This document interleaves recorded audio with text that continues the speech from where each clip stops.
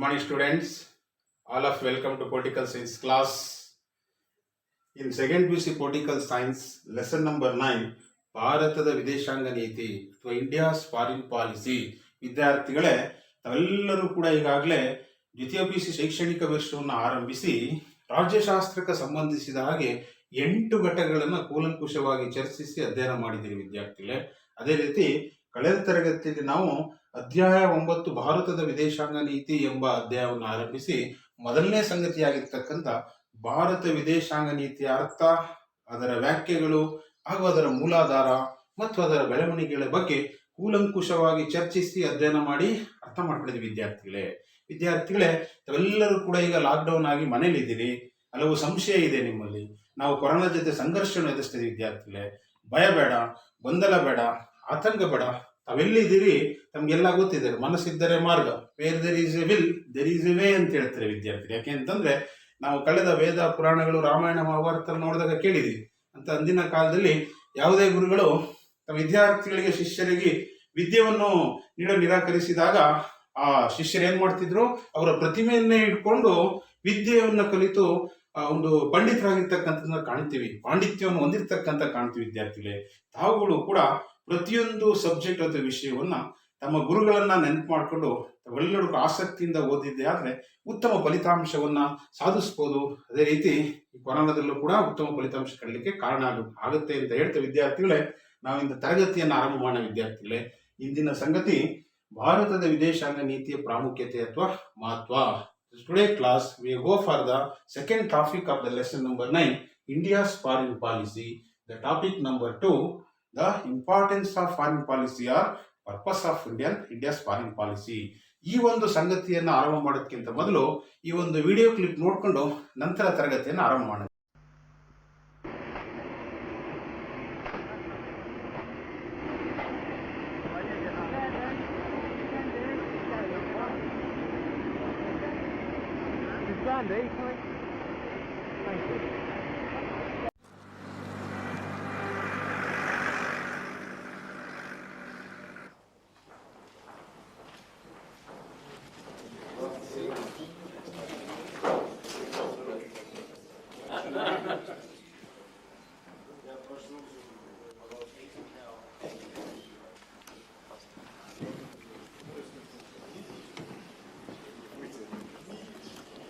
Я очень рад нашему встрече, вашему визиту.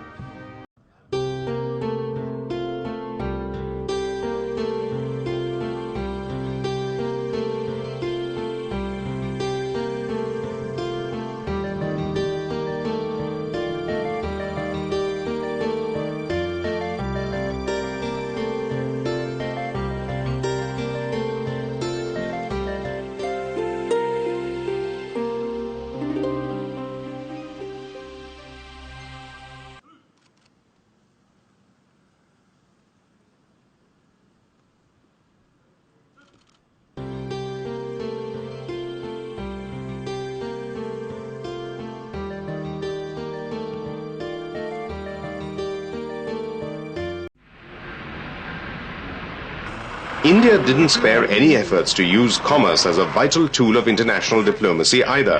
The Singapore Prime Minister, Mr. Goh Chok Tong, and Mr. Narasimha Rao exchanged visits, underscoring the fact that with Singapore keen to invest in emerging world markets, India is one potential area of investment. Importantly, high-level business delegations accompanied both Prime Ministers. Singapore is a leading member of the Asia-Pacific Economic Cooperation Trading Bloc, an exclusive club to which India's business strategists covet entry. Mr. Rao's visit was an attempt to get Singapore's support to fulfill this ambition.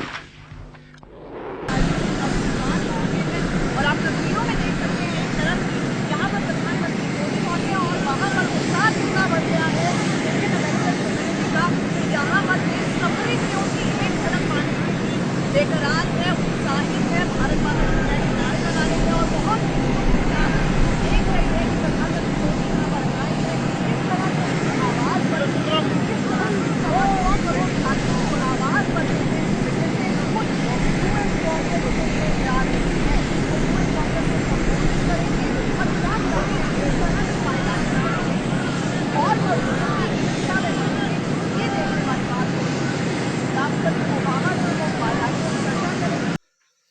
ವಿದ್ಯಾರ್ಥಿಗಳೇ, ತಾವೆಲ್ಲರೂ ವಿಡಿಯೋವನ್ನ ಆಲಿಸಿ ಅರ್ಥ ಮಾಡ್ಕೊಂಡ್ರಿ ಅಂತ ಬಯಸ್ತೀನಿ. ವಿದ್ಯಾರ್ಥಿ ಏನೆಲ್ಲ ನೋಡಿದ್ರಿ ವಿದ್ಯಾರ್ಥಿಗಳೇ?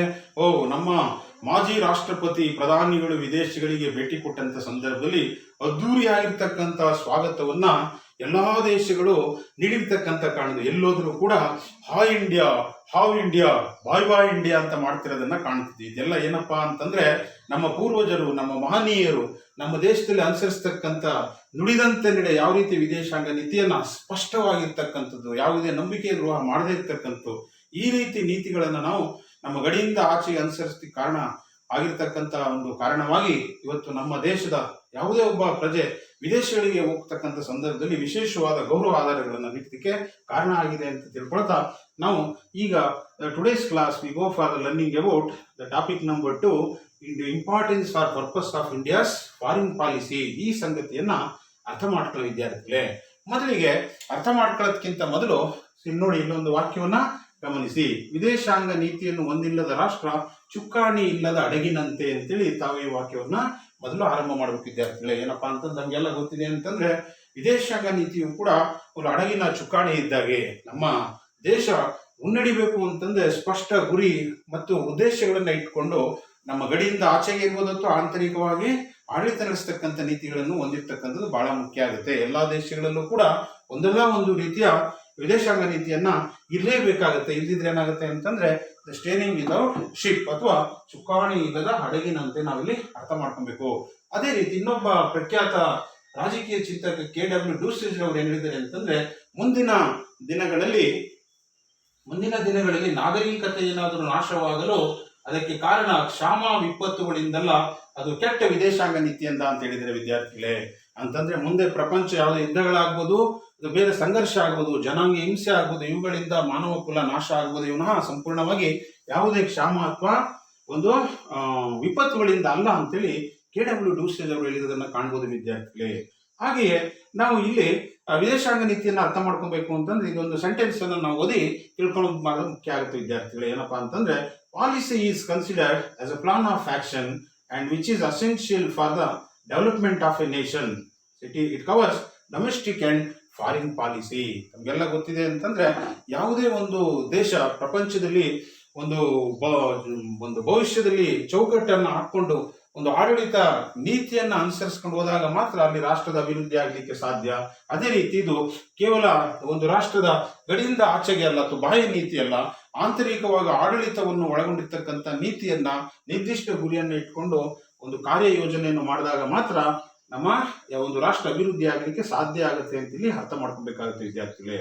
ಹಾಗೆಯೇ India also framed India's policy with many goals and aims. ಇಲ್ಲಿ ಹಲವು ಗುರಿ ಮತ್ತು ಉದ್ದೇಶಗಳನ್ನು ಆಧರಿಸಿ ಭಾರತದ ವಿದೇಶಾಂಗ ನೀತಿಯನ್ನ ರೂಪಿತವಾಗಿದೆ. ವಿದ್ಯಾರ್ಥಿಗಳ ನೆನಪಿಟ್ಕೊಳ್ಳಿ, ಹಲವು ಗುರಿ ಮತ್ತು ಉದ್ದೇಶಗಳನ್ನು ಆಧರಿಸಿ ಭಾರತ ವಿದೇಶಾಂಗ ನೀತಿ ರೂಪಿತವಾಗಿದೆ ಅಂತ ನಾವಿಲ್ಲಿ ಅರ್ಥ ಮಾಡ್ಕೊಬೇಕು ವಿದ್ಯಾರ್ಥಿಗಳೇ.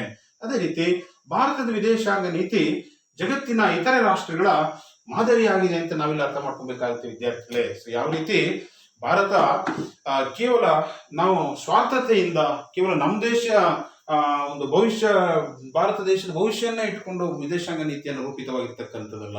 ನಮ್ಮ ಭಾರತ ದೇಶವನ್ನ ರಚನೆ ಮಾಡ್ತಕ್ಕಂಥ ಸಂದರ್ಭದಲ್ಲಿ ಸಂವಿಧಾನ ರಚನೆಕಾರರು ಕೂಡ ಅದೆಲ್ಲರ ಹಿಂದಿನ ತರಗತಿಯಲ್ಲಿ ಅರ್ಥ ಮಾಡ್ಕೊಂಡು ಏನಪ್ಪಾ ಅಂತಂದ್ರೆ ಆರ್ಟಿಕಲ್ 15 ಅಥವಾ ಸಂವಿಧಾನದ ವಿಧಿ 51 ಏನ್ ಹೇಳುತ್ತೆ ಅಂತಂದ್ರೆ ವಿದೇಶಾಂಗ ನೀತಿ ಹೇಗಿರ್ಬೇಕು ಅಂತಂದ್ರೆ ನಾವೆಲ್ಲ ಗೊತ್ತಿದೆ. ಅದರಲ್ಲಿ ನಾವು ಯಾವ ರೀತಿ ಒಂದು ವಿದೇಶಾಂಗ ನೀತಿಯಲ್ಲಿ ನಾವು ಮೂಲ ತತ್ವಗಳನ್ನ ಅನುಸರಿಸ್ತಿದೀವಿ, ನಮ್ಮ ಭಾರತ ಎದುರಿಸತಕ್ಕಂಥ ಸಮಸ್ಯೆಗಳು, ಹಾಗೆ ನಮ್ಮ ಭಾರತದ ವಿದೇಶಾಂಗ ನೀತಿಯನ್ನು ರೂಪಿಸಲಿಕ್ಕೆ ಕಾರಣರಾಗಿರ್ತಕ್ಕಂಥ ಜವಾಹರ್ಲಾಲ್ ನೆಹರು ಇರ್ಬೋದು, ಗಾಂಧೀಜಿಯವರು ಇರ್ಬೋದು, ಅದೇ ರೀತಿ ಸ್ವಾತಂತ್ರ್ಯ ಪೂರ್ವದಲ್ಲಿಯೇ ವಿದೇಶಾಂಗ ಶಾಖೆಯನ್ನ ಇಟ್ಕೊಂಡು ಯಾವ ರೀತಿ ಒಂದು ಅಂದಿನ ಇಂಡಿಯನ್ ನ್ಯಾಷನಲ್ ಕಾಂಗ್ರೆಸ್ ವಿದೇಶಾಂಗ ನೀತಿಗೆ ರಚನೆ ಮಾಡಲಿಕ್ಕೆ ಕಾರಣ ಆಗಿದೆ ಅಂತ ಅರ್ಥ ಮಾಡ್ಕೊಂಡಿದೀವಿ. ಹಾಗೆಯೇ ಭಾರತದ ಒಂದು ವಿದೇಶಾಂಗ ನೀತಿಯನ್ನ ರೂಪಿಸಬೇಕಾದ್ರೆ ಸ್ವಾತಂತ್ರ್ಯ ಪೂರ್ವದಲ್ಲಿ ಮತ್ತೆ ನಂತರದಲ್ಲಿ ವಿಶೇಷವಾಗಿ ನಮ್ಮ ರಾಷ್ಟ್ರೀಯ ಶಕ್ತಿಯನ್ನ ಗಮನದಲ್ಲಿಟ್ಕೊಂಡು ನಾವಿರ್ತಕ್ಕಂಥ ಭೌಗೋಳಿಕ ಅಂಶ ಇರ್ಬೋದು. ನಮ್ಗೆಲ್ಲ ಗೊತ್ತಿದೆ ಭಾರತ ಒಂದು ಪರ್ಯಾಯ ದ್ವೀಪ. ಸೊ ಕೆಳಗಡೆ 3 ಬೇ ಆಫ್ ಬೆಂಗಾಲ್ ಇರ್ಬೋದು, ಹಿಂದೂ ಮಹಾಸಾಗರ ಇರ್ಬೋದು, ಅರಬ್ ಸಿ ಇರ್ಬೋದು, ಇವುಗಳೆಲ್ಲ ನೋಡ್ಕೊಂಡು ಇನ್ನು ಉತ್ತರದಲ್ಲಿ ನಾವು ಹಿಮಾಲಯ ಇರ್ಬೋದು, ಹಲವಾರು ನೆರೆಹೊರೆ ರಾಷ್ಟ್ರಗಳನ್ನು ಹೊಂದಿರತಕ್ಕಂಥದ್ದನ್ನ ಕಾಣ್ಬೋದು. ಇವುಗಳೆಲ್ಲ ಆಧಾರದಲ್ಲಿ ಇಟ್ಕೊಂಡು ನಮ್ಮ ರಾಷ್ಟ್ರೀಯ ಸೈನಿಕ ಶಕ್ತಿ ಇರ್ಬೋದು, ಈ ಎಲ್ಲ ಒಂದು ಅಂಶಗಳನ್ನು ಆಧರಿಸಿ ಅಂದು ನಮ್ಮ ಭಾರತದ ವಿದೇಶಾಂಗ ನೀತಿ ರೂಪಿತವಾಗಿದೆ ಅಂತ ಕಳೆದ ತರಗತಿಯಲ್ಲೂ ಚರ್ಚಿಸಿ ಅರ್ಥ ಮಾಡ್ಕೊಂಡಿದ್ದು. ಅದೇ ರೀತಿ ಒಂದು ವಿದೇಶಾಂಗ ನೀತಿಯನ್ನ ರೂಪಿಸಬೇಕು ಅಂತಂದ್ರೆ ಯಾವುದೇ ಒಂದು ದೇಶದಲ್ಲಿ the many factors are influencing. So mainly the geographical factor, population factor, or military power, and also historical incident, and also natural resources, and also ಮೈತ್ರಿಕೂಟ ಹಾಗೂ ಸಂಘಟನೆ, ವಿಶ್ವಸಂಸ್ಥೆ. ಸೊ ಯಾವುದೇ ಒಂದು ವಿದೇಶಾಂಗ ನೀತಿ ರೂಪಿಸಬೇಕು ಅಂತಂದ್ರೆ ಅದ್ರ ಮೇಲೆ ಪ್ರಮುಖವಾಗಿ ಈ ಅಂಶಗಳು ಪ್ರಭಾವ ಬೀರ್ತವೆ ವಿದ್ಯಾರ್ಥಿಗಳು. ಏನಪ್ಪಾ ಅಂತಂದ್ರೆ ಒಂದು ಭೌಗೋಳಿಕ ಅಂಶಗಳಿರ್ಬೋದು, ಜನಸಂಖ್ಯೆ ಇರ್ಬೋದು, ಹಾಗೆ ಅಲ್ಲಿನ ಸೈನಿಕ ಶಕ್ತಿ ಇರ್ಬೋದು, ಅದೇ ರೀತಿ ಆ ದೇಶದ ಐತಿಹಾಸಿಕ ಘಟನೆಗಳಿರ್ಬೋದು, ಹಾಗೆಯೇ ನೈಸರ್ಗಿಕ ಸಂಪನ್ಮೂಲರು ಇರ್ಬೋದು ವಿದ್ಯಾರ್ಥಿಗಳೇ. ಹಾಗೆಯೇ ಮೈತ್ರಿಕೂಟ ಸಂಘಟನೆ, ಅದೇ ರೀತಿ ವಿಶ್ವಸಂಸ್ಥೆ. ಇಲ್ಲಿ ಭೌಗೋಳಿಕ ಅಂಶ ಅಂತಂದ್ರೆ ನಮ್ಗೆಲ್ಲ ಗೊತ್ತಿದೆ. ಈಗ ನಾವೊಳಗೆ ಗಾದೆ ಮಾತಲ್ಲಿ ಬೈತಾರೆ, ಹಳ್ಳಿ ಕಡೆ ಏನಪ್ಪಾ ಅಂತ ತನ್ನ ಸಂಘದಲ್ಲಿ ತಾನೇ ನೀರು ಕುಡಿಯೋಕಾಲ ಅಂತಂದ್ರೆ ನಾವು ನೆರೆ ಮನೆಯವರು ಅಥವಾ ಅಕ್ಕಪಕ್ಕ ಮನೆಯವರು ನಾವು ಜೀವಿಸ್ಲಿಕ್ಕೆ ಅವಶ್ಯಕತೆ ಇರುತ್ತೆ ಅಂತ ನಮಗೆ ಗೊತ್ತಿದೆ. ಅಂತಂದ್ರೆ ಎಲ್ಲದೂ ಕೂಡ ನಾವೇ ಡಿಪೆಂಡೆಬಲ್ ಆಗಬಲ್ಲ, ಇಂಟರ್ ಡಿಪೆಂಡೆನ್ಸಿ ಅಂತ ಕರೀತಾರೆ. ನಾವು ಎಲ್ಲಾ ಭೌಗೋಳಿಕವಾಗಿ ನಾವು ಗಮನಿಸಿದಾಗ ನಮ್ಮ ಭಾರತದಲ್ಲಿ ಟೀ ಅಥವಾ ಕಾಫಿಯನ್ನ ಬೆಳಿತೀವಿ ಯಥೇಚ್ಛವಾಗಿ. ಇವೆಲ್ಲ ಓದಿದ್ದೀರಿ ಈಗಾಗಲೇ 1ನೇ ತರಗತಿಯಿಂದ ಹಿಡಿದು 12ನೇ ತರಗತಿಗೆ ಆ ವಿಷಯಗಳನ್ನ, ಆರ್ಥಿಕ ವಿಚಾರಗಳು, ಭೌಗೋಳಿಕ ಅಂಶಗಳನ್ನ ಅರ್ಥ ಮಾಡ್ಕೊಂಡಿದ್ವಿ. ಕೆಲವೊಂದು ದೇಶ ಕೇವಲ ಮರುಭೂಮಿ ಆವರಿಸಿರ್ತಕ್ಕಂಥದ್ದು ಇರ್ಬೋದು, ಕೆಲವೊಂದು ದೇಶಗಳಲ್ಲೂ ಹಿಮದಿಂದ ಕುಡಿತಕ್ಕಂತ ಇರ್ಬೋದು, ಕೆಲವು ದೇಶಗಳಲ್ಲಿ ಮಿಶ್ರ ವ್ಯವಸಾಯವನ್ನ ಕಾಣ್ತಕ್ಕಂಥದ್ದು, ಎಲ್ಲ ಬೆಳೆ ಪದ್ಧತಿಯನ್ನು ಅನುಸರಿಸ್ತಕ್ಕಂಥದ್ದು. ಈ ರೀತಿ ಇದ್ದಂತ ಸಂದರ್ಭದಲ್ಲಿ ವಿದೇಶಾಂಗ ನೀತಿಯನ್ನು ಅನುಸರಿಸ್ತಕ್ಕಂಥ ಸಂದರ್ಭದಲ್ಲಿ ಆಯಾ ದೇಶಗಳು ರಾಷ್ಟ್ರೀಯ ಹಿತಾಸಕ್ತಿ ಆಧಾರದ ಮೇಲೆ ಅಲ್ಲಿ ವಿದೇಶಾಂಗ ನೀತಿಯನ್ನ ರಚನೆ ಮಾಡ್ತವೆ ಅಂತೇಳಿ ಅರ್ಥ ಮಾಡ್ಕೊಬೇಕು ವಿದ್ಯಾರ್ಥಿಗಳೇ. ಅದೇ ರೀತಿ ಜನಸಂಖ್ಯೆ, ಅಲ್ಲಿನ ಜನರ ಗುಣ, ಜನರ ಆಚಾರ ವಿಚಾರಗಳು, ಆಹಾರ ಪದ್ಧತಿ, ಸಂಪ್ರದಾಯಗಳನ್ನು ಗಮನದಲ್ಲಿಟ್ಕೊಂಡು ಕೂಡ ವಿದೇಶಾಂಗ ನೀತಿಯನ್ನು ಪ್ರತಿಯೊಂದು ದೇಶವು ಕೂಡ ರೂಪಿಸ್ತವೆ ಅಂತ ನಾವಿಲ್ಲಿ ಅರ್ಥ ಮಾಡ್ಕೊಬೇಕು.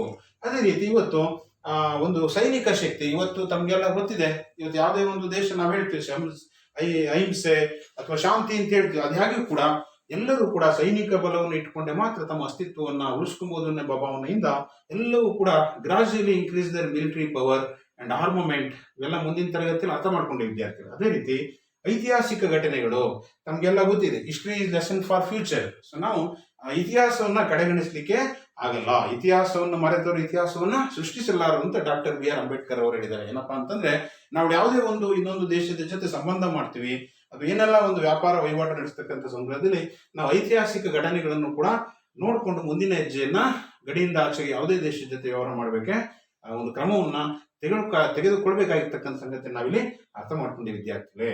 ಹಾಗೆಯೇ ನೈಸರ್ಗಿಕ ಸಂಪನ್ಮೂಲಗಳು, ಇದು ಕೂಡ ಒಂದು ವಿದೇಶಾಂಗ ನೀತಿಯ ರೂಪಿಸ್ತಕ್ಕಂಥ ಸಂದರ್ಭದಲ್ಲಿ ಯಾವುದೇ ಒಂದು ದೇಶದ ಜೊತೆ ಉತ್ತಮ ಸಂಬಂಧವನ್ನು ಇಟ್ಕೊಳ್ತಕ್ಕಂಥ ಸಂದರ್ಭದಲ್ಲಿ ಅವೆಲ್ಲರೂ ಕೂಡ ಯಾವ ದೇಶ ನೈಸರ್ಗಿಕ ಸಂಪನ್ಮೂಲ ಭರಿತವಾಗಿರುತ್ತೆ ಸಹಜವಾಗಿ ಆ ದೇಶದ ಜೊತೆ ಎಲ್ಲಾ ರಾಷ್ಟ್ರಗಳು ಕೂಡ ಉತ್ತಮವಾಗಿರ್ತಕ್ಕಂಥ ವಿದೇಶಾಂಗ ನೀತಿ ಅನುಸರಿಸ್ತಕ್ಕಂಥದ್ದು ಬಾಂಧವ್ಯವನ್ನು ಅಂತಕ್ಕಂಥ ನಾವಿಲ್ಲಿ ಕಾಣ್ತೀವಿ ವಿದ್ಯಾರ್ಥಿಗಳೇ.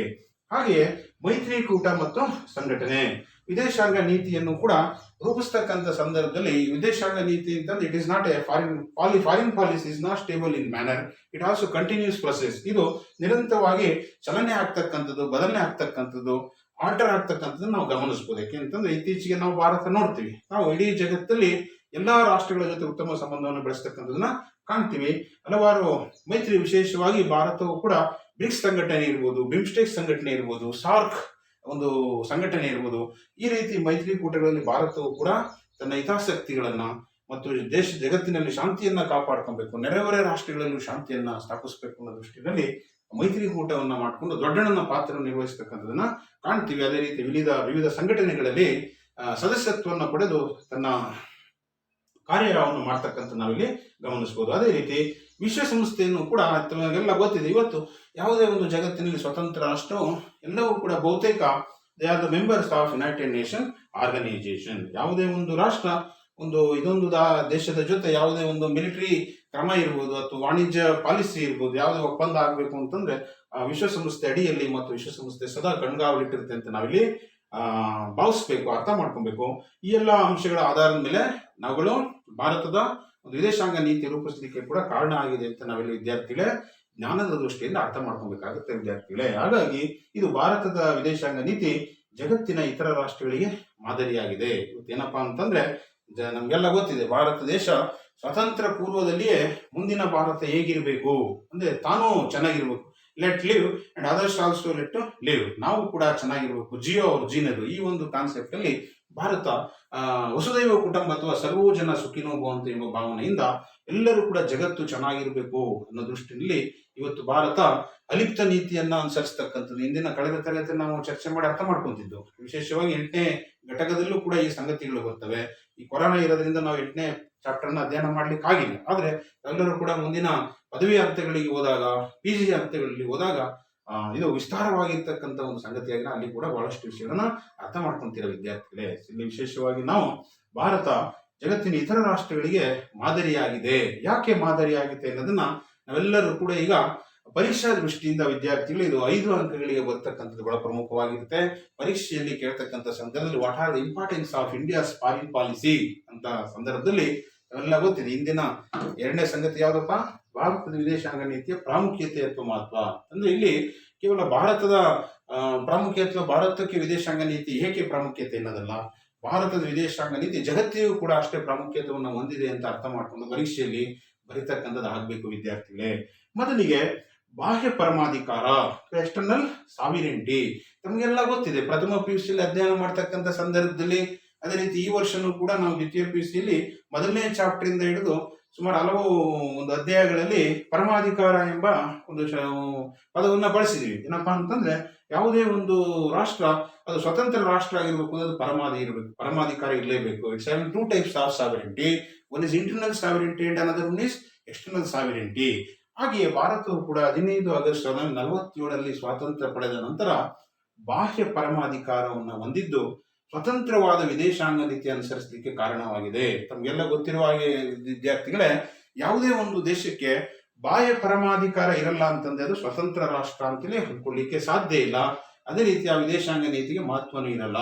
ಅಂತಂದ್ರೆ ನಮ್ಗೆಲ್ಲ ಗೊತ್ತಿದೆ, before 1947 August 15, so India's have their own was not have any independent foreign policy. ನಾವು ಅಂದಿನ ಕಾಲದಲ್ಲಿ ಬ್ರಿಟಿಷರ ಗುಲಾಮಗಿರಿಯಲ್ಲಿದ್ದು, ಅದೇ ರೀತಿ ನಮ್ಮ ಏನಾದ್ರು ಒಂದು ನೀತಿ ನಿರೂಪಣೆಗಳು, ನಮ್ಮ ಚಿಂತನೆಗಳಿಗೆ ಅಲ್ಲಿ ಬೆಲೆ ಇರಲಿಲ್ಲ. ಯಾಕೆ ಅಂತಂದ್ರೆ ಸ್ವಾತಂತ್ರ್ಯವಾದ ನಂತರವೇ ನಾವು ಸ್ಪಷ್ಟವಾಗಿರ್ತಕ್ಕಂಥ ವಿದೇಶಿಗಳ ಜೊತೆ ಸಂಬಂಧವನ್ನು ಹೊಂದಲಿಕ್ಕೆ, ನಮಗೆ ಇಚ್ಛೆ ಹೊಂದಿರತಕ್ಕಂಥ ಇಷ್ಟಪಟ್ಟ ರಾಷ್ಟ್ರಗಳ ಜೊತೆ ಸಂಬಂಧವನ್ನು ಬೆಳೆಸಲಿಕ್ಕೆ, ರಾಷ್ಟ್ರೀಯ ನೀತಿ ಅಥವಾ ಹಿತಾಸಕ್ತಿಯನ್ನು ಅನುಸರಿಸಿ ನೀತಿಗಳನ್ನ ನಿರ್ವಹಿಸಲಿಕ್ಕೆ ಕಾರಣ ಸಾಧ್ಯವಾಯಿತು. ಯಾವುದನ್ನಪ್ಪ ಅಂತಂದ್ರೆ ಅದು ಬಾಹ್ಯ ಪರಮಾಧಿಕಾರ. ಹಾಗಾಗಿ ವಿದೇಶಾಂಗ ನೀತಿ ರೂಪಿಸುವಲ್ಲಿ ಪ್ರತಿಯೊಂದು ದೇಶವೂ ಕೂಡ ಬಾಹ್ಯ ಪರಮಾಧಿಕಾರ ಅಗತ್ಯವಾಗಿ ಬೇಕಾಗಿರುತ್ತದೆ. ಈ ರೀತಿ ಭಾರತಕ್ಕೂ ಕೂಡ 15 ಆಗಸ್ಟ್ 1947 ಬಾಹ್ಯ ಪರಮಾಧಿಕಾರ ಸಿಕ್ಕಿದೆ. ಅದರ ಮಹತ್ವವನ್ನು ಕುರಿತು ಕೂಡ ಪರೀಕ್ಷೆಯಲ್ಲಿ ಬರೀತಕ್ಕಂಥದ್ದು ಆಗ್ಬೇಕು ವಿದ್ಯಾರ್ಥಿಗಳೇ. ಹಾಗೆಯೇ ಮುಂದಿನ ಒಂದು ಅಂಶ ಪರೀಕ್ಷಾ ದೃಷ್ಟಿಯಲ್ಲಿ 2ನೇ ಪಾಯಿಂಟ್ ಯಾವ್ದಪ್ಪ ಅಂತಂದ್ರೆ ಭಾರತದ ರಾಷ್ಟ್ರೀಯ ಹಿತಾಸಕ್ತಿಯ ರಕ್ಷಣೆ. ನಮ್ಮ ವಿದೇಶಾಂಗ ನೀತಿಯನ್ನ ರೂಪಿಸ್ತಕ್ಕಂಥ ಸಂದರ್ಭದಲ್ಲಿ ನಾವು ಹೊಂದಿರತಕ್ಕಂಥ ಭೌಗೋಳಿಕ ಅಂಶಗಳಿರ್ಬೋದು, ನಮ್ಮಲ್ಲಿರ್ತಕ್ಕಂಥ ಜನಸಂಖ್ಯೆ ಇರ್ಬೋದು, ನಮ್ಮಲ್ಲಿರ್ತಕ್ಕಂಥ ಸಂಸ್ಕೃತಿ ಇರ್ಬೋದು, ನಮ್ಮ ರಾಷ್ಟ್ರೀಯ ನಾಯಕರು ನೀಡಿರ್ತಕ್ಕಂಥ ಆದರ್ಶಗಳಿರ್ಬೋದು, ಅದೇ ರೀತಿ ನಮ್ಮ ಇತ್ತೀಚೆಗೆ ಏನು ಸ್ವಾತಂತ್ರ್ಯದ ನಂತರದಲ್ಲಿ LPG ಎಂಬ ಅಂಶಗಳು ಕೂಡ ಪ್ರಭಾವವನ್ನು ಬೀರಿ, ಲಿಬರಲೈಸೇಷನ್, ಪ್ರೈವೇಟೈಸೇಷನ್ ಮತ್ತು ಗ್ಲೋಬಲೈಸೇಷನ್, ಇವುಗಳ ಅದನ್ನು ಗಮನದಲ್ಲಿಟ್ಕೊಂಡು ಪ್ರಸ್ತುತ ನಾವು ವಿದೇಶಾಂಗ ನೀತಿಯನ್ನ ಅಲ್ಪ ಸ್ವಲ್ಪ ಬದಲಾವಣೆ ಮಾಡಿಕೊಂಡು ಪ್ರಮುಖವಾಗಿ ಭಾರತ ತನ್ನ ರಾಷ್ಟ್ರೀಯ ಹಿತಾಸಕ್ತಿಯ ರಕ್ಷಣೆಗಳನ್ನ ವಿಶೇಷವಾಗಿ ಆದ್ಯತೆಯನ್ನ ನೀಡುತ್ತೆ ಅಂತ ತಾವಿಲ್ಲಿ ಗಮನಿಸಬೇಕು. ಅಂದ್ರೆ ಒಂದು ಅಪ್ಪಟ ದೇಶ ಪ್ರೇಮ ಇರ್ಬೋದು, ಅದೇ ರೀತಿ ಒಂದು ನಾಯಕರ ಆದರ್ಶ ಏನ್ ಹೇಳಿದ್ದಾರೆ ಅವಳೆಲ್ಲ ಪಾಲಿಸ್ತಕ್ಕಂಥದ್ದು, ಅವಳೆಲ್ಲ ಹಿತಾಸಕ್ತಿಯ ರಕ್ಷಣೆ ಮಾಡ್ತಕ್ಕಂಥ ಕೆಲಸವನ್ನು ನಾವು ಭಾರತದ ವಿದೇಶಾಂಗ ನೀತಿಯಲ್ಲಿ ಕಾಣಬಹುದು ವಿದ್ಯಾರ್ಥಿಗಳೇ. ಹಾಗೆ 3ನೇ ಅಂಶ ಶಾಂತಿ ಮತ್ತು ಅಹಿಂಸಾ ತತ್ವ, ಅಂದ್ರೆ ಪೀಸ್ ಅಂಡ್ ನಾನ್ ವೈಲೆನ್ಸ್. ಇದು ಬಹಳ ಪ್ರಮುಖವಾಗಿರ್ತಕ್ಕಂಥ ಅಂಶ. ಯಾಕೆಂತಂದ್ರೆ ಭಾರತದ ವಿದೇಶಾಂಗ ನೀತಿಯ ಮೇಲೆ ನಮ್ಮ ಗೌತಮ ಬುದ್ಧ ಇರ್ಬೋದು, ಬಸವಣ್ಣ ಇರ್ಬೋದು, ಅದೇ ರೀತಿ ನಮ್ಮ ಭಾರತ ನಡೆಯತಕ್ಕಂಥ ಇತಿಹಾಸದ ಪ್ರತಿಫಲ ವಿದೇಶಾಂಗ ನೀತಿ ಆಗಿರೋದ್ರಿಂದ ಇವತ್ತು ನೋಡ್ತೀವಿ ಅಂತಂದ್ರೆ ಶಾಂತಿ ಮತ್ತು ಅಹಿಂಸಾ ತತ್ವ. ನಾವು ಪ್ರತಿಯೊಂದು ದೇಶದಲ್ಲಿ ಯಾವತ್ತೂ ಕೂಡ ಯುದ್ಧಗಳನ್ನು ಬಯಸುವುದಿಲ್ಲ. ಸಕಲ ಮಾನವ ಕುಲವನ್ನ ರಕ್ಷಣೆ ಮಾಡ್ತಕ್ಕಂಥದ್ದು, ಪರಿಸರವನ್ನ ರಕ್ಷಣೆ ಮಾಡ್ತಕ್ಕಂಥದ್ದು, ಸಕಲ ಜೀವಿಗಳ ಏಳಿಗೆಯನ್ನು ಬಯಸ್ತಕ್ಕಂಥ ಯಾವ್ದಾದ್ರು ದೇಶ ಇದ್ರೆ ಅದು ಭಾರತ ದೇಶ ಅಂತ ಅರ್ಥ ಮಾಡ್ಕೋಬೇಕು ವಿದ್ಯಾರ್ಥಿಗಳೇ.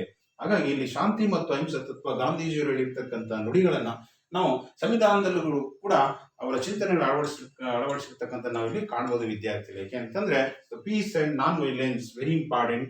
And also Gandhi told peace is the mightiest weapon than any other dangerous weapon in the world ಅಂತ ಹೇಳ್ತಾರೆ. ತಾವೆಲ್ಲ ಗೊತ್ತಿದೆ, ಜಗತ್ತಿನಲ್ಲಿ ಇವತ್ತು ಬಹುತೇಕ ಎಲ್ಲಾ ರಾಷ್ಟ್ರಗಳು ಪ್ರಜಾಪ್ರಭುತ್ವ ರಾಷ್ಟ್ರವನ್ನು ಹೊಂದಿದ್ದು ನಾವು ಹಿಂದೆ ನೋಡ್ತೀವಿ. ಹಲವಾರು ರಾಜಕೀಯ ವ್ಯವಸ್ಥೆಗಳಲ್ಲಿ ಪ್ರತಿಭಟನೆ ಮಾಡ್ತಕ್ಕಂಥ ಸಂದರ್ಭದಲ್ಲಿ ಹಿಂಸಾತ್ಮಕ ವಿಧಾನವನ್ನು ಅನುಸರಿಸ್ತಿದ್ರು. ಆದ್ರೆ ಇವತ್ತು ಜಗತ್ತಿನಲ್ಲಿ ನಮ್ಮ ಗಾಂಧೀಜಿಯವರ ಚಿಂತನೆಗಳಾಗಿರ್ತಕ್ಕಂಥ ಶಾಂತಿ ಮತ್ತು ಅಹಿಂಸಾ ತತ್ವ, ಸತ್ಯಾಗ್ರಹ ಇರ್ಬೋದು ಅಥವಾ ಉಪವಾಸ ಇರ್ಬೋದು, ಇವುಗಳನ್ನ ಒಂದು ಟೆಕ್ನಿಕ್ ಅಥವಾ ತಂತ್ರಗಳನ್ನ ಬಳಸಿ ಸರ್ಕಾರದ ಮೇಲೆ ಒತ್ತಡಗಳನ್ನ ಇರ್ತಕ್ಕಂಥದ್ದು, ತಮ್ಮ ಡಿಮಾಂಡ್ಸ್ ಅಥವಾ ಹಿತಾಸಕ್ತಿ ಈಡೇರಿಸ್ತಕ್ಕಂಥದ್ದು ಸಾಧ್ಯ ಆಗಿದೆ ಅಂತ ತಾವಿಲ್ಲಿ ಅರ್ಥ ಮಾಡ್ಕೊಬೇಕಾಗುತ್ತೆ ವಿದ್ಯಾರ್ಥಿಗಳೇ. ಅದೇ ರೀತಿ ಆರ್ಥಿಕ ಬೆಳವಣಿಗೆ ಬಹಳ ಮುಖ್ಯವಾಗಿ ಭಾರತದ ವಿದೇಶಾಂಗ ನೀತಿ ಏನಪ್ಪಾ ಅಂತಂದ್ರೆ ತಮಗೆಲ್ಲ ಗೊತ್ತಿದೆ. ಸ್ವಾತಂತ್ರ್ಯದ ನಂತರ ಭಾರತಕ್ಕೆ ಹಲವಾರು ಸಮಸ್ಯೆಗಳಿದ್ದು, ಅದು ಅನಕ್ಷರತೆ ಇರ್ಬೋದು ಅಥವಾ ಬಡತನ ಇರ್ಬೋದು ಅಥವಾ ಒಂದು ಸಾಂಪ್ರದಾಯಿಕ ಕೃಷಿ ಪದ್ಧತಿ ಇರ್ಬೋದು, ಕೈಗಾರಿಕೀಕರಣ ಇರಲಿಲ್ಲ. ಇವೆಲ್ಲ ಬೆಳವಣಿಗೆ ಆಗಬೇಕು ಅನ್ನೋ ದೃಷ್ಟಿಯಿಂದ ನಮ್ಮ ರಾಷ್ಟ್ರದ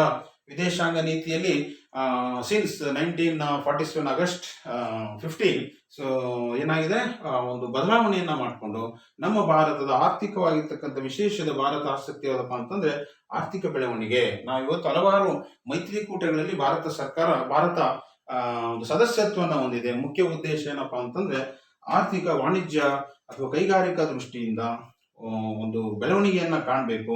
ನಮ್ಮ ಜೊತೆ ನೆರೆಹೊರೆ ರಾಷ್ಟ್ರಗಳು ಕೂಡ ಉತ್ತಮವಾಗಿರ್ತಕ್ಕಂಥ ಒಂದು ಅಭಿವೃದ್ಧಿ ಸಾಧಿಸಬೇಕು ದೃಷ್ಟಿಕೋನವನ್ನ ಭಾರತ ಇಟ್ಟಿದೆ ಅಂತ ನಾವಿಲ್ಲಿ ಆಲಿಸಬೇಕು ವಿದ್ಯಾರ್ಥಿಗಳೇ. ಹಾಗೆಯೇ 5ನೇ ಪ್ರಮುಖ ಅಂಶ ದಕ್ಷಿಣ ಏಷ್ಯಾದ ಬಗ್ಗೆ ವಿಶೇಷ ಆಸಕ್ತಿ. ತಮಗೆಲ್ಲ ಗೊತ್ತಿದೆ, ಮೊದಲಿಗೆ ಯುರೋಪ್ ಮತ್ತು ಪಾಶ್ಚಾತ್ಯ ರಾಷ್ಟ್ರಗಳಲ್ಲಿ ಸುಮಾರು ನಾವು ಸಾವಿರಾರು ಯುದ್ಧಗಳು ನಡೆದಿದ್ದಾವೆ ಇತಿಹಾಸವನ್ನು ಗಮನಿಸಿದಾಗ. ಅಲ್ಲಿ ಯುದ್ಧಗಳನ್ನು ಜರುಗಿರ್ತಕ್ಕಂಥ ಸಂದರ್ಭದಲ್ಲಿ ಅದೇ ಇಲ್ಲಿ ನೋಡಿದ್ವಿ, ಮೊದಲಿಗೆ ಇಲ್ಲಿ ಒಂದು ವಾಕ್ಯವನ್ನು ಹೇಳಿದ್ದಾರೆ, ಮುಂದಿನ ದಿನಗಳಲ್ಲಿ ನಾಗರಿಕತೆ ಏನಾದರೂ ನಾಶವಾಗಲು ಅದಕ್ಕೆ ಕಾರಣ ಕ್ಷಾಮ ವಿಪತ್ತು ಅಂತಂದ್ರೆ ಯುದ್ಧಗಳಿಂದಲೇ ಪ್ರಥಮ ಮಹಾಯುದ್ಧ ಮತ್ತು ದ್ವಿತೀಯ ಮಹಾಯುದ್ಧ ನಡೆದಿರ್ತಕ್ಕಂಥ ಸಂದರ್ಭದಲ್ಲಿ ಯಾವ ರೀತಿ ಪರಿಣಾಮ ಆಯಿತು ಅನ್ನೋದನ್ನ ನಮ್ಮ ಕಣ್ಣಾರೆ ನೋಡಿರ್ತಕ್ಕಂಥ ಭಾರತ ದೇಶ ನಾವತ್ತಿನಿಂದಲೂ ಕೂಡ ನಾನ್ ಅಲೈನ್ ಮೂವ್ಮೆಂಟ್ ಅಥವಾ ಅಲಿಪ್ತ ನೀತಿಯನ್ನು ಅನುಸರಿಸ್ತಕ್ಕಂಥದ್ದು, ಸದಾ ಯುದ್ಧಗಳನ್ನ ವಿರೋಧ ಮಾಡ್ತೀವಿ. ಎಲ್ಲಾ ಅಂತಾರಾಷ್ಟ್ರೀಯ ಸಮಸ್ಯೆಗಳನ್ನು ಕೂಡ ಒಂದು ಚರ್ಚೆ ಮತ್ತು ಸಂಧಾನ, ಈ ಒಂದು ಮಾತುಕತೆಗಳ ಮೂಲಕ ಬಗೆಹರಿಸಬೇಕು ಅನ್ನೋದು ಭಾರತದ ಆಶಯ. ಹಾಗಾಗಿ ವಿಶೇಷವಾಗಿ ನಾವು ದಕ್ಷಿಣ ಏಷ್ಯಾದಲ್ಲಿ ಏನು ಹಿಂದುಳಿದ ಅಥವಾ ಮುಂದುವರಿದ ರಾಷ್ಟ್ರಗಳ ಜೊತೆ ಅಭಿವೃದ್ಧಿಯನ್ನು ಹೊಂದಬೇಕು ಅನ್ನೋ ದೃಷ್ಟಿಯಿಂದ ಭಾರತ ದೇಶವು ಸ್ವತಂತ್ರ ಹೊಂದಿದ ನಂತರ ಸಾರ್ಕ್ ಸಂಘಟನೆ ಇರ್ಬೋದು, ಬ್ರಿಕ್ಸ್ ಸಂಘಟನೆ ಇರ್ಬೋದು, ಬಿಮ್ಸ್ಟೆಕ್ ಇರ್ಬೋದು, ಆಸಿಯಾನ್ ಇರ್ಬೋದು, ಕಾಮನ್ವೆಲ್ತ್ ಇರ್ಬೋದು, ಇವೆಲ್ಲ ಏನಪ್ಪಾ ಅಂತಂದ್ರೆ ನಾವು ಆರ್ಥಿಕ ಬೆಳವಣಿಗೆಯ ದೃಷ್ಟಿಯಿಂದ ಈ ರೀತಿ ಹಲವಾರು ಸಂಘಟನೆಗಳನ್ನ ಸದಸ್ಯತ್ವವನ್ನು ಪಡೆದಿದೆ. ವಿಶೇಷವಾಗಿ ಭಾರತವು ದಕ್ಷಿಣ ಏಷ್ಯಾದಲ್ಲಿ ಒಂದು ಶಾಂತಿಯನ್ನ ಸ್ಥಾಪಿಸಬೇಕು, ಅಲ್ಲಿ ಹಲವಾರು ರೋಗ ರುಜಿನಗಳ ವಿರುದ್ಧ ಹೋರಾಡಬೇಕು, ಬಡತನದ ವಿರುದ್ಧ ಹೋರಾಡಬೇಕು, ಹಕ್ಕುಗಳನ್ನ ರಕ್ಷಿಸಬೇಕು, ಈ ಒಂದು ಆದ್ಯತೆಗಳನ್ನ ಆಯ್ಕೆ ಮಾಡಿಕೊಂಡು ನಿರಂತರವಾಗಿ ಒಂದು ಕಾರ್ಯಕ್ರಮವನ್ನು ರೂಪಿಸ್ತಕ್ಕಂಥ ನಾವಿಲ್ಲಿ ಕಾಣ್ಬೋದು. ಅದೇ ರೀತಿ ಇನ್ನೊಂದು 6ನೇ ಪಾಯಿಂಟ್ ಆಕ್ರಮಣಕಾರಿ ಪ್ರವೃತ್ತಿಗೆ ವಿರೋಧ. India always against aggression of any state. ಅದೇ ರೀತಿ ನಮ್ಮ ಭಾರತ ನಾವು ಯಾವಾಗಲೂ ಕೂಡ ಎಲ್ಲರೂ ಕೂಡ ಚೆನ್ನಾಗಿರ್ಲಿ ಅಂತ ಬಯಸ್ತೀವಿ, ಶಾಂತಿಯನ್ನ ಬಯಸ್ತಿತ್ತು. ಅದೇ ರೀತಿ ನಾವೆಲ್ಲ ಕೂಡ ಬ್ರಿಟಿಷರ ವಸಾಹತುಶಾಹಿ ಸಾಮ್ರಾಜ್ಯಶಾಹಿ ಒಳಪಟ್ಟು ನಾವೆಲ್ಲ ಅನುಭವಿಸಿದ್ವಿ. ಇದರಿಂದ ಭಾರತ ಜಗತ್ತಿನ ಯಾವುದೇ ಒಂದು ಮೂಲೆಯಲ್ಲಿ ಯಾವುದೇ ಒಂದು ದೇಶ ಸಾಮ್ರಾಜ್ಯಶಾಹಿ ಅಥವಾ ವಸಾಹತುಶಾಹಿ ಧೋರಣೆಯನ್ನ, ಇನ್ನೊಂದು ದೇಶದ ಗಡಿಭಾಗವನ್ನು ಆಕ್ರಮಣ ಮಾಡೋದನ್ನ ವಿರೋಧ ಮಾಡುತ್ತೆ ಅಂತ ನಾವಿಲ್ಲಿ ವಿದ್ಯಾರ್ಥಿಗಳೇ ಅರ್ಥ ಮಾಡ್ಕೊಬೇಕು. ಹಾಗೆಯೇ ಪ್ರಜಾಸತ್ತಾತ್ಮಕ ಮೌಲ್ಯಗಳು ನಮಗೆಲ್ಲ ಗೊತ್ತಿರುವ ಹಾಗೆ ಭಾರತ ಸ್ವಾತಂತ್ರ್ಯದ ನಂತರ 26 ಜನವರಿ 1950ರಲ್ಲಿ ಭಾರತ ಒಂದು ಪ್ರಜಾಪ್ರಭುತ್ವಾತ್ಮಕ ರಾಷ್ಟ್ರವಾಗಿ ನಾವು ಆದರ್ಶ ಸಂವಿಧಾನವನ್ನು ಹೊಂದ್ಕೊಂಡು ನಾವು ನಮ್ಮ ಸಂವಿಧಾನ ನಮ್ಮ ಪ್ರಜೆಗಳಿಗೆ ಭಾರತದಲ್ಲಿ ಯಾವ ರೀತಿ ಒಂದು ಪ್ರಜಾಪ್ರಭುತ್ವ ರಾಜಕೀಯ ವ್ಯವಸ್ಥೆಯನ್ನು ರೂಪಿಸಿದೆ, ಅದೇ ರೀತಿ ಭಾರತವು ಕೂಡ ಎಲ್ಲಾ ದೇಶಗಳಿಗೂ ಆ ರೀತಿ ಒಂದು ಹಕ್ಕು, ಸಮಾನತೆ, ನ್ಯಾಯ, ಕಾನೂನುಗಳನ್ನ ಜಾರಿಗೆ ತರಬೇಕು. ಈ ರೀತಿ ಒಂದು ಪ್ರಜಾಸತ್ತಾತ್ಮಕ ಮೌಲ್ಯಗಳನ್ನ ಎಲ್ಲಾ ದೇಶಗಳಿಗೆ ಪರಿಚಯ ಮಾಡಿಸ್ಕೊಂಡಿರೋದ್ರಿಂದ ಇದು ಏನಾಗಿದೆ, ಇವತ್ತು ಬರೀ ಭಾರತಕ್ಕೆ ಅಲ್ಲ ಇಡೀ ಜಗತ್ತಿಗೂ ಕೂಡ ಒಂದು ಉತ್ತಮವಾಗಿರ್ತಕ್ಕಂಥ ವಿದೇಶಾಂಗ ನೀತಿ ಅಂತ ಅನ್ಕೊಳ್ಳಿಕ್ಕೆ, ಮಾದರಿಯಾಗಿರ್ತಕ್ಕಂಥ ವಿದೇಶಾಂಗ ನೀತಿ ಕಾರಣ ಆಗಿದೆ ವಿದ್ಯಾರ್ಥಿಗಳೇ. ಹಾಗೆ ಇನ್ನೊಂದು ಮಾನವ ಹಕ್ಕುಗಳು ಹಾಗೂ ಪರಿಸರ ರಕ್ಷಣೆ ವಿದ್ಯಾರ್ಥಿಗಳೇ. ವಿಶೇಷವಾಗಿ ಭಾರತ ಕೇವಲ ಭಾರತದ ಮಹಿಳೆ ಮತ್ತು ಮಕ್ಕಳಲ್ಲ, ಜಗತ್ತಿನ ಎಲ್ಲರೂ ಕೂಡ ಒಂದು ಆದಿವಾಸಿಗಳಿರ್ಬೋದು, ಅದು ಮಹಿಳೆಯರು ಇರ್ಬೋದು, ಮಕ್ಕಳಿರ್ಬೋದು, ಎಲ್ಲರಿಗೂ ಕೂಡ ಹಕ್ಕುಗಳ ಬಗ್ಗೆ ಸುನಿಶ್ಚಿತೆಯನ್ನ ಮಾಡಬೇಕು ಅಂತೇಳಿ ವಿಶ್ವಸಂಸ್ಥೆಯಲ್ಲಿ ಪ್ರತಿಯೊಂದು ಒಕ್ಕೂಟಗಳಲ್ಲಿ ಮೈತ್ರಿಕೂಟಗಳಲ್ಲೂ ಕೂಡ ಚರ್ಚೆ ಮಾಡ್ತಕ್ಕಂಥದ್ದು, ಒತ್ತಾಯ ಮಾಡ್ತಕ್ಕಂಥದ್ದು, ಘೋಷಣೆಯಲ್ಲಿ ಒಂದು ಸಹಿ ಹಾಕ್ತಕ್ಕಂಥ ಕೆಲಸವನ್ನ ಭಾರತ ಸರ್ಕಾರ ಮಾಡ್ತಿದೆ ವಿದ್ಯಾರ್ಥಿಗಳೇ. ಹಾಗೆಯೇ ಪರಿಸರ ರಕ್ಷಣೆ ವಿಶೇಷವಾಗಿರ್ತಕ್ಕಂಥದ್ದು ಭಾರತ ಕೂಡ ತಾವೆಲ್ಲ ಗೊತ್ತಿದೆ. ಪರಿಸರ ಉಳಿದ್ರೆ ಮಾತ್ರ ಮನುಷ್ಯ ಅಥವಾ ಎಲ್ಲರೂ ಕೂಡ ನೋಡಿದೆ, ಕೊರೋನಾ ಯಾಕೆ ಈ ರೀತಿ ಆಗ್ತಾ ಇದೆ ಅಂತ ತಮ್ಗೆಲ್ಲ ಗೊತ್ತಿದೆ. ಪರಿಸರ ಕೂಡ ಅದಕ್ಕೂ ಕೂಡ ಒಂದೊಂದು ಕೋರಿಲೇಟೆಡ್ ಇದೆ ಅಂತ ತಾವೆಲ್ಲ ಗೊತ್ತಿದೆ. ಹಾಗಾಗಿ ಪರಿಸರದ ಕೂಡ ರಕ್ಷಣೆ ಕೂಡ ಬಹಳ ಆದ್ಯತೆಯಾಗಿದ್ದು, ಯಾವುದೇ ಒಂದು ಪರಿಸರದ ಬಗ್ಗೆ ಸಮ್ಮೇಳನ ನಡೆದಾಗ ಭಾರತ ಬಹಳ ಪ್ರಾಮಾಣಿಕವಾಗಿ ಹೋಗಿ ಚರ್ಚೆ ಮಾಡ್ತಕ್ಕಂಥದ್ದು, ಒಪ್ಪಂದ ಮಾಡ್ತಕ್ಕಂಥದ್ದು, ಸಹಿ ಆಗ್ತಕ್ಕಂಥದ್ದನ್ನ ಭಾರತ ಒಂದು ಜವಾಬ್ದಾರಿ ಸ್ಥಾನದಿಂದ ವಿದೇಶಾಂಗ ನೀತಿಯನ್ನು ಅನುಸರಿಸ್ತಿದೆ ಅಂತ ನಾವಿಲ್ಲಿ ಅರ್ಥ ಮಾಡ್ಕೊಂತೀವಿ ವಿದ್ಯಾರ್ಥಿಗಳೇ. ಸೊ ಒಟ್ಟಾರೆ ಪರೀಕ್ಷಾ ದೃಷ್ಟಿಯಲ್ಲಿ ಕೇಳಿದಂತ ಸಂದರ್ಭದಲ್ಲಿ 5 ಅಂಕಗಳಿಗೆ ಬರುತ್ತೆ ವಿದ್ಯಾರ್ಥಿಗಳೇ.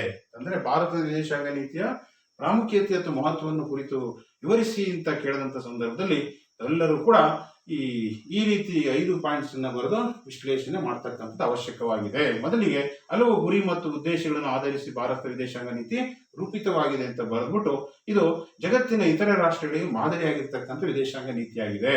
ಯಾವ ಪಾಯಿಂಟ್ಸ್ ಅಪ್ಪ ಇದರಲ್ಲಿ ಏನ್ ಬರೀಬೇಕು ಅಂತಂದಾಗ, ಒಂದು ಬಾಹ್ಯ ಪರಮಾಧಿಕಾರ, ಹಾಗೆ ಎರಡನೇದು ಭಾರತದ ರಾಷ್ಟ್ರೀಯ ಹಿತಾಸಕ್ತಿಯ ರಕ್ಷಣೆ, ಹಾಗೆಯೇ ಶಾಂತಿ ಮತ್ತು ಅಹಿಂಸಾ ತತ್ವ, 4ನೇ ಪಾಯಿಂಟ್ ಆರ್ಥಿಕ ಬೆಳವಣಿಗೆ, 5ನೇದು ದಕ್ಷಿಣ ಏಷ್ಯಾದ ಬಗ್ಗೆ ವಿಶೇಷ ಆಸಕ್ತಿ, ಹಾಗೆಯೇ ಆಕ್ರಮಣಕಾರಿ ಪ್ರವೃತ್ತಿಗಳಿಗೆ ವಿರೋಧ ಅಂತ ಬರೆದ್ಬಿಟ್ಟು ಸ್ವಲ್ಪ ಒಂದು ವಿವರಣೆಯನ್ನು ಕೊಡ್ತಕ್ಕಂಥದ್ದು ತಾವು ಪರೀಕ್ಷೆಯಲ್ಲಿ ಬರೀತಕ್ಕಂಥದ್ದು ಆಗಬೇಕು ವಿದ್ಯಾರ್ಥಿಗಳೇ.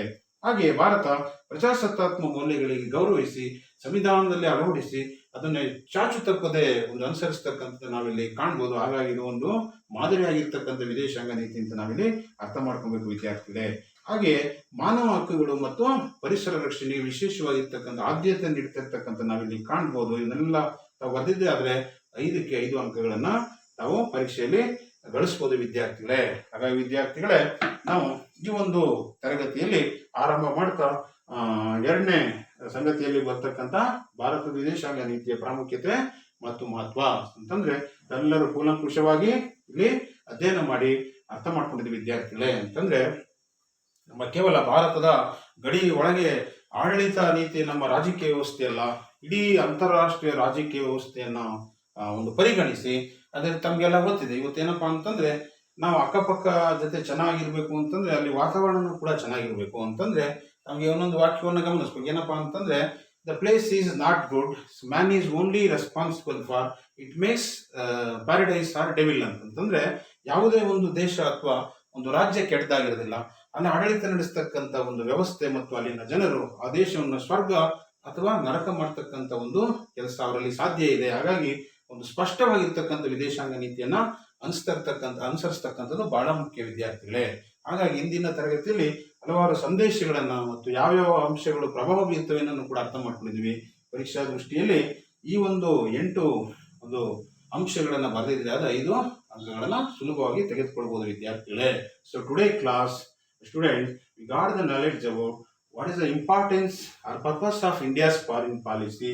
We know that there is no state without foreign policy. So however, how the ship is required for steering and all the same thing, India foreign policy are required for any state for the existence. And also according to the political thinker K.W. Du Sech, he said that in future the civilization, if we are distracted, it not only by the famine or natural disaster, it only the following by the bad foreign policies of the states in the world. And also we should know that policy is considered as plan of action and which is essential for the development of nation. It covers domestic and foreign policy. And also, so India's foreign policy also drafted with the many aims and goals. And also we got the knowledge that India's foreign policy is the model foreign policy in the world. So because of these are the points we are understood. That means any foreign policy influencing many factors of their own state. So mainly their geographical factor, population, military power, and historical incidents, and also natural resources, alliances or associations, and also mainly United Nations organizations or international laws. These are the factors which are influenced to frame the drafting foreign policy of any state. So India is also framed by the various causes, and also these are the factors they are influenced on the drafting of India's foreign policy. So before the independence, our Indian National Congress opened or established a separate one department that is called External Affairs Department. Today also Mr. Jaishankar, who is the Foreign Minister, External Affairs Minister of India. And also, we studied, got the knowledge about for the examination purpose. It could be asked for 5 marks. We should write down. So these 8 points, mainly the external sovereignty, and another one is the national protection of Indian national interest, and also economic development, and also peace and non-violence, and also special preference or attention towards the South Asia, and also India's also oppose the aggression of any states, and also democratic values, and also protection of human rights and environment protections. So these are the factors we have to write in the examinations for external sovereignty. Already you know that in the first PUC we understood that so all states having independent states and 2 type of sovereignty. That means one internal sovereignty, another one is external sovereignty. It is these 2 sovereignties very important to freedom of any state. Especially India also got freedom in 15th August 1947.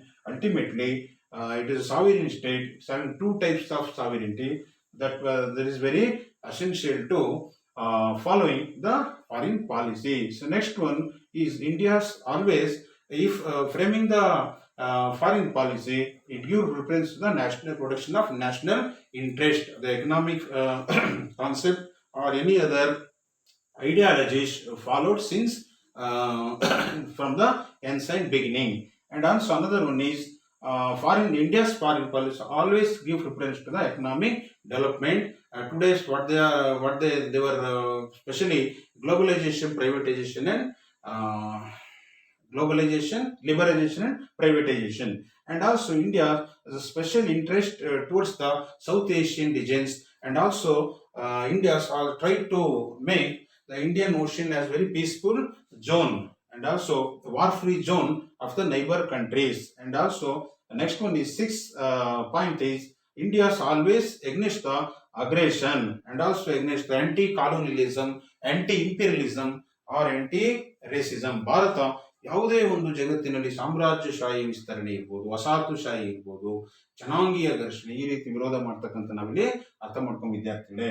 ಹಾಗೆ so India's also we can see in Indian constitution itself they mentioned the very great values and preferred to the rights and the justice and equality to ensure to all the citizens, and not only for our India want to assure rights, should respect the rights and equality and freedom to all over the world, and ensure to the every individual should be happy in the world. And also finally the 8th point, India always try to protect the human rights at any cost, and also give preference to the protection of environment. So ವಿದ್ಯಾರ್ಥಿಗಳೇ ಈ ಎಲ್ಲ ಸಂಗತಿಗಳನ್ನು ಅರ್ಥ ಮಾಡಿಕೊಂಡು ಕೇವಲ ಭಾರತದ ವಿದೇಶಾಂಗ ನೀತಿ ಒಂದು ಸ್ಥಿರವಾಗಿರ್ತಕ್ಕಂಥ ಅಂಶ ಅಲ್ಲ, ಸ್ವತಂತ್ರ ನಂತರ ಬಹಳಷ್ಟು ವಿದೇಶಾಂಗ ನೀತಿಯಲ್ಲೂ ಕೂಡ ನಾವಿವತ್ತು ಬದಲಾವಣೆ ಆಗಿರೋದನ್ನ ಕಾಲಕ್ಕೆ ತಕ್ಕವಾಗಿ ವಿಶ್ವ ಯಾವ ರೀತಿ ನಡ್ಕೊಳ್ತಿದೆ, ಜಗತ್ತಿನ ಆಗ್ತಕ್ಕಂಥ ಘಟನೆಗಳ ಆಧಾರದ ಮೇಲೆ ವಿದೇಶಾಂಗ ನೀತಿಯನ್ನು ಕೂಡ ಬದಲಾವಣೆ ಆಗ್ತಿರುತ್ತೆ. ತಮಗೆಲ್ಲ ಗೊತ್ತಿರುವ ಹಾಗೆ ಭಾರತ ವಿದೇಶಾಂಗ ನೀತಿಯಲ್ಲಿ ಒಂದು ಅಲಿಪ್ತ ನೀತಿ ಮತ್ತು ಪಂಚಶೀಲ ತತ್ವಗಳು ಕೂಡ ಕಾರಣ ಆಗಿದ್ದಾವೆ ಅಂತ ಹೇಳಿದ್ದು. ಹಾಗೆ ಈ ರೀತಿ ಭಾರತ ವಿಶೇಷವಾಗಿ ಕೇವಲ ದಕ್ಷಿಣ ಏಷ್ಯಾದ ಬಗ್ಗೆ ಅಶೇಷ ಆಸಕ್ತಿ ಅಂತ ಹೇಳ್ತಾರೆ. ತಾವೆಲ್ಲರೂ ಪ್ರತಿಯೊಬ್ಬ ಒಂದು ಪ್ರಧಾನಮಂತ್ರಿ ಬಂದಿರ್ತಕ್ಕಂಥ ಸಂದರ್ಭದಲ್ಲಿ ಉದಾಹರಣೆಗೆ ಇಂದ್ರ ಕುಮಾರ್ ಗುಜರಾಲ್ ಇರ್ಬೋದು, ಅಟಲ್ ಬಿಹಾರಿ ವಾಜಪೇಯಿ ಅವರ ಲುಕಿಸ್ಟ್ ಪಾಲಿಸಿ ಇರ್ಬೋದು, ಇಂದಿಗೆ ನಮ್ಮ ಪ್ರಧಾನಮಂತ್ರಿಯವರು ನರೇಂದ್ರ ಮೋದಿ ಅವರು ಕೂಡ ವೆಸ್ಟ್ ಪಾಲಿಸಿ ಅನ್ನೋದನ್ನು ಕೂಡ ಪಾಲಿಸ್ತಾರೆ. ಒಟ್ಟಾರೆಯಾಗಿ ನಮ್ಮ ಭಾರತ ದೇಶದ ರಾಷ್ಟ್ರೀಯ ಹಿತಾಸಕ್ತಿಯ ಗಮನವಿಟ್ಟುಕೊಂಡು ಯಾವುದೇ ಒಂದು ಸರ್ಕಾರ ಅಧಿಕಾರಕ್ಕೆ ಬಂದಿದ್ದ ಸಂದರ್ಭದಲ್ಲಿ ವಿದೇಶಾಂಗ ನೀತಿಯಲ್ಲಿ ಅಲ್ಪ ಸ್ವಲ್ಪ ಬದಲಾವಣೆ ಮಾಡಿಕೊಂಡು ವಿಶೇಷವಾಗಿ ನಮ್ಮ ಭಾರತದ ಅಭಿವೃದ್ಧಿ ಮತ್ತು ಜಗತ್ತಿನೆಲ್ಲೆಡೆಯನ್ನು ಶಾಂತಿಯನ್ನು ಸ್ಥಾಪಿಸುವ ಗುರಿಯನ್ನು ಹೊಂದಿ ಭಾರತದ ವಿದೇಶಾಂಗ ನೀತಿ ಮತ್ತು ಪ್ರಾಮುಖ್ಯತೆ ಬಹಳ ಮಹತ್ವವನ್ನು ಹೊಂದಿದೆ ಅಂತ ನಾವಿಲ್ಲಿ ವಿದ್ಯಾರ್ಥಿಗಳೇ ಅರ್ಥ ಮಾಡ್ಕೊಂಡಿದ್ದೀವಿ. ಸೊ ಇದು ಬಹಳ ವಿಶಾಲವಾಗಿರ್ತಕ್ಕಂಥ ವ್ಯಾಪ್ತಿಯನ್ನು ಹೊಂದಿದೆ. ಆದರೆ ನಾವು ಈ ಒಂದು ಅಧ್ಯಾಯ 9ರಲ್ಲಿ ದ್ವಿತೀಯ PUC ವಿದ್ಯಾರ್ಥಿಗಳೇ ಸಂಕುಚಿತವಾಗಿರ್ತಕ್ಕಂಥ ಒಂದಿಷ್ಟು ವಿಷಯವನ್ನು ನಾವಿಲ್ಲಿ ಅರ್ಥ ಮಾಡ್ಕೊಂಡ ವಿದ್ಯಾರ್ಥಿಗಳೇ, ತಾವೆಲ್ಲರೂ ಪದವಿ ಮತ್ತು ಮುಂದಿನ ಹಂತಗಳಿಗೆ ಹೋದಂಥ ಸಂದರ್ಭದಲ್ಲಿ ಇವು 1 by 1 ಬಹಳ ವಿಸ್ತಾರವಾಗಿ ಅಧ್ಯಯನ ಮಾಡ್ತೀರಾ ಅಂತ ಹೇಳ್ತಾ, ಸೊ ಮುಂದಿನ ತರಗತಿಯಲ್ಲಿ ನಾವು ಭಾರತ ವಿದೇಶಾಂಗ ನೀತಿಯ ಮೂಲಭೂತ ತತ್ವಗಳು, basic principle of India's foreign policy. ವಿದ್ಯಾರ್ಥಿಗಳೇ, so today we covered and got the knowledge about importance of India's foreign policy. In next topic, go for learning about what are the basic principles or fundamental principles of India's foreign policy. ತಾವೆಲ್ಲರೂ ಕೂಡ ಈಗ corona ಇದೆ, ವಿಶೇಷವಾಗಿ ಎಲ್ಲರೂ ಕೂಡ mask ಹಾಕೊಳ್ಳೋದನ್ನ ಮರಿಬೇಡಿ ವಿದ್ಯಾರ್ಥಿಗಳೇ. ಹಾಗೆ ಹೊರಗಡೆ ಹೋದಂಥ ಸಂದರ್ಭ ಎಲ್ಲರೂ ಕೂಡ ಸ್ಯಾನಿಟೈಸರ್ ಅನ್ನ ಬಳಸಿ. ತಾವು ಕೂಡ ಕೊರೋನಾದ ಬಗ್ಗೆ ಜಾಗೃತರಾಗಿರ್ರಿ. ಸರ್ಕಾರ ನೀಡ್ತಕ್ಕಂಥ ಆದೇಶಗಳನ್ನು ಪಾಲಿಸಿ. ನಿಮ್ಮ ನೆರೆಹೊರೆಯಲ್ಲಿ ಮತ್ತು ಕುಟುಂಬವನ್ನು ವಿಶೇಷವಾಗಿ ಜಾಗ್ರತೆ ಮಾಡ್ತೀರಾ ಅಂತ ಹೇಳ್ತಾ ಎಲ್ಲರೂ ಕೂಡ ಒಳ್ಳೇದು ಮಾಡಲಿ. All the best. Stay home, stay safe. All the best. Thank you.